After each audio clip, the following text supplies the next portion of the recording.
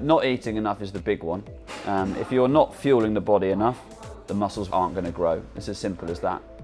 You can get into the gym and go, right, I'm going to do 8 sessions a week. I'm going to do 2 on one day. I'm going to do 1 this day. You're not giving your body enough time to recover. So the best thing to do is to break it down. Start off by setting yourself an achievable target of going in and lifting some weights 3 times a week.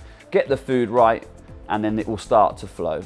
After that, you can then pick up an extra session if you want to, etc., etc. You want to leave that gym feeling like you've worked hard, but you could go again the next day. You don't want to leave yourself to be so sore that you can't get out of bed and train the next day. You can keep a log of the weights you're lifting. So again, it's going from, I'm not going to go into the gym and try and bench press 100 kilos on day 1, but what I might do on week 1 is bench press 30 kilos, and the next week I might try 32.5. So that's an increase. And if you keep a log of those increases, that's a way of progressively overloading the muscle, overloading the body. And with that nutritional side of things, now you're eating more, you will see gains on the body. If you're completely new to the gym, you want to be doing full body workouts for the first probably a month.